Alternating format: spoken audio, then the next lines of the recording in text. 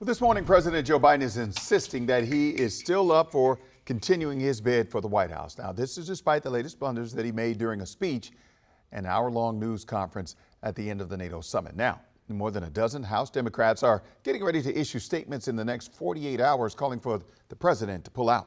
Our Jess Arnold joins us now live from the White House. And Jess, this was not the reassurance the Biden campaign was hoping for.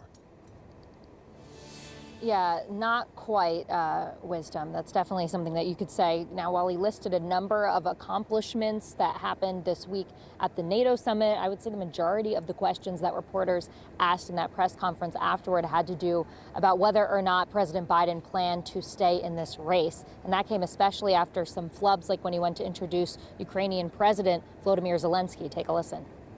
President Putin. President Putin. He's going to beat President Putin. President Zelensky. I've got to finish. Now, President Biden later referred to Vice President Kamala Harris as Vice President Trump. Soon after the speech, more than a dozen House Democrats publicly called on President Biden to step aside for another candidate. They praised the legacy he's leaving behind, but said to preserve said legacy, it was time for a new opponent for former President Trump. President Biden continued to reaffirm that he's finishing the job and staying in the race. That commitment and his speech did reassure some, but as I mentioned, others like Representative Jim Himes saw it as a sign that another candidate needs to step up.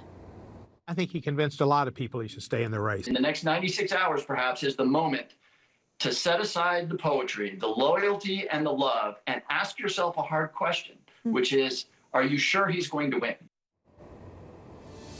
Now, former President Trump mocked President Biden on social media, saying he has, quote unquote, Trump derangement syndrome.